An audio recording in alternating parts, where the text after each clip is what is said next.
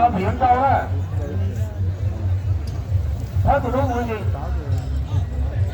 Trong kìa, trong kìa, trong kìa, trong kìa. Trong kìa, trong kìa, trong kìa. Đúng rồi. Trong kìa, trong kìa.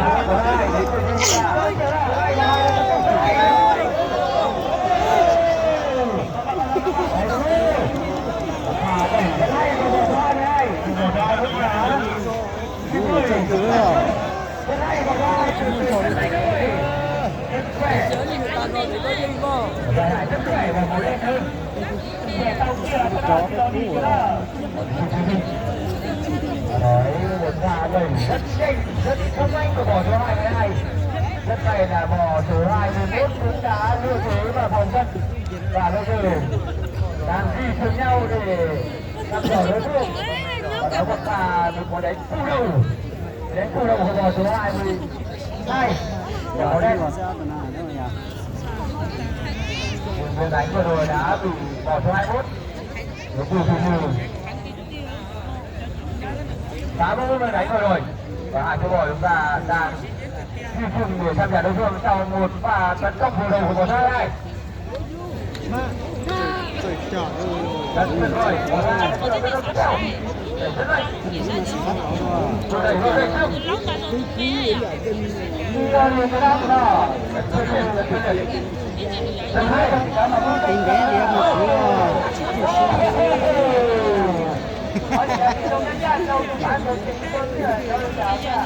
một pha đẩy là đâm trực vào cổ rồi khi gọi 21 đã bị ngã đi không còn số 21 đã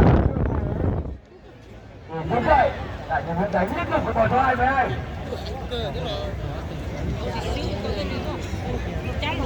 Phải nói là bò số 21 cũng đang rất cừ.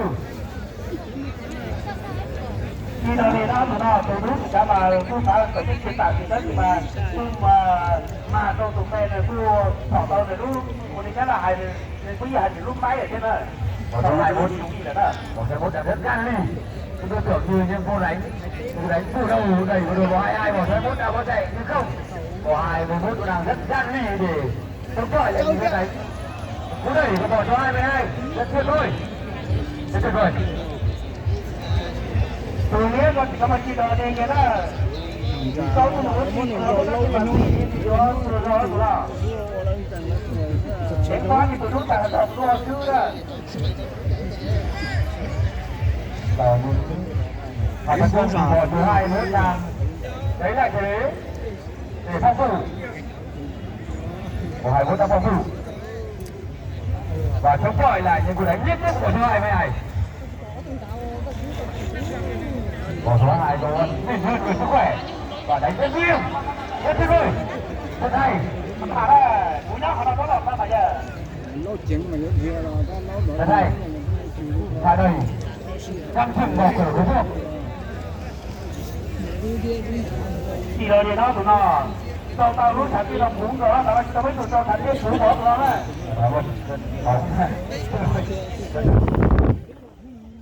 Rất tuyệt vời của hai chú bò 21-22 đến từ Quy Điêu và Thùy Linh. Rất cần các anh chị phóng viên để ghi những bức hình những điểm đẹp mắt của trận đấu này. Hai chú bò đang tiếp tục thăm dò nhau. Bò số 22 đang thường chủ động tấn công và đẩy bò số 21.